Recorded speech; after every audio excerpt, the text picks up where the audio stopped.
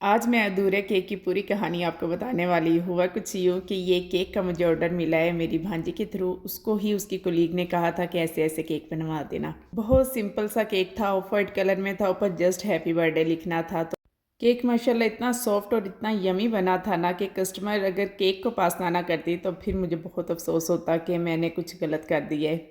लेकिन कस्टमर को केक बहुत ज़्यादा पसंद आए, इवन कि उन्होंने कहा कि पूरी फैमिली को ही केक बहुत ज़्यादा पसंद आया है। ये प्लस पॉइंट था जिसकी वजह से उन्होंने कस्टमाइजेशन को फिर इग्नोर कर दिया। थोड़ा बहुत चेंज तो आ जाता है हर केक में ही, लेकिन टोटली लुक चेंज हो जाना ऐसा कभी नहीं हुआ था। और मैंने फॉन्डेंट टॉपर तो आपको पता है हम इन टाइम ही एडजस्ट करते हैं, और मैंने जब इन टाइम एडजस्ट किया तो लुक बिल्कुल मुझे चेंज लगने लगी।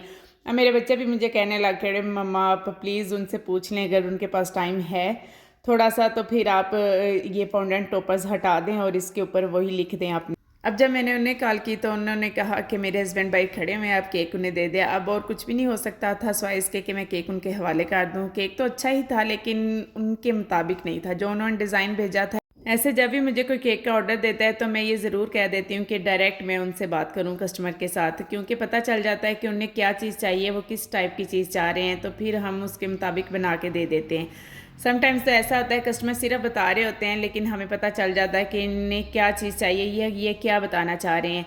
तो यहाँ पे बस ऐसे ही मैंने थोड़ी सी गफलत क्या कर दी कि वो टोटली डिज़ाइन ही चेंज हो गया। एनीवेज फर्स्ट ऑर्डर था और मुझे ये था कि नेक्स्ट टाइम वो कभी मुझसे नहीं बनवाएंगे। उन्होंने कहना है कि आप तो डिज़ाइन ही चेंज कर देती हैं, लेकिन मैं उनके रिव्यू का भी इंतज़ार कर रही थी और मुझे 100% श्योर था कि खाने के बाद उनको बिल्कुल कस्टमाइजेशन पे कोई एतराज़ नहीं होगा। और अल्हम्दुलिल्लाह ऐसा ही हुआ कि खाने के बाद उनका रिव्यू जब मुझे रिसीव हुआ तो मैं तो डरते डरते ऑन कर रही थी उनका नंबर के पता नहीं अब उन्होंने क्या कहा होगा।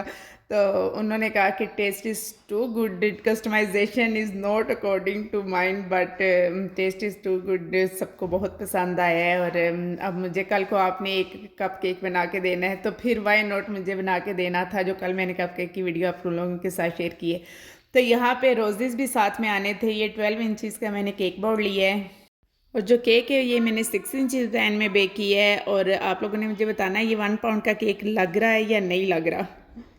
रोज़ेज़ का तकरीबन पूरा बुके ही साथ रखा हुआ था छोटा सा, और जो कि मुझे कस्टमर ने कहा कि मैं उन्हें ना दूँ, वो खुद से अरेंज कर लेंगे, तो इसलिए फिर वो इस थोड़ा केक अधूरा लग रहा था।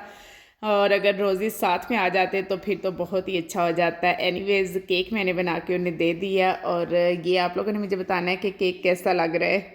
आइंदा कभी ऐसा नहीं करना कि मैं डायरेक्ट कन्वर्सेशन ना करूं कस्टमर से डायरेक्ट कन्वर्सेशन करने के बाद ही हम फाइनली ये डन कर पाते हैं कि केक हमें किस टाइप का बनाना है। तो नेक्स्ट वीडियो तक अल्लाह हाफिज़।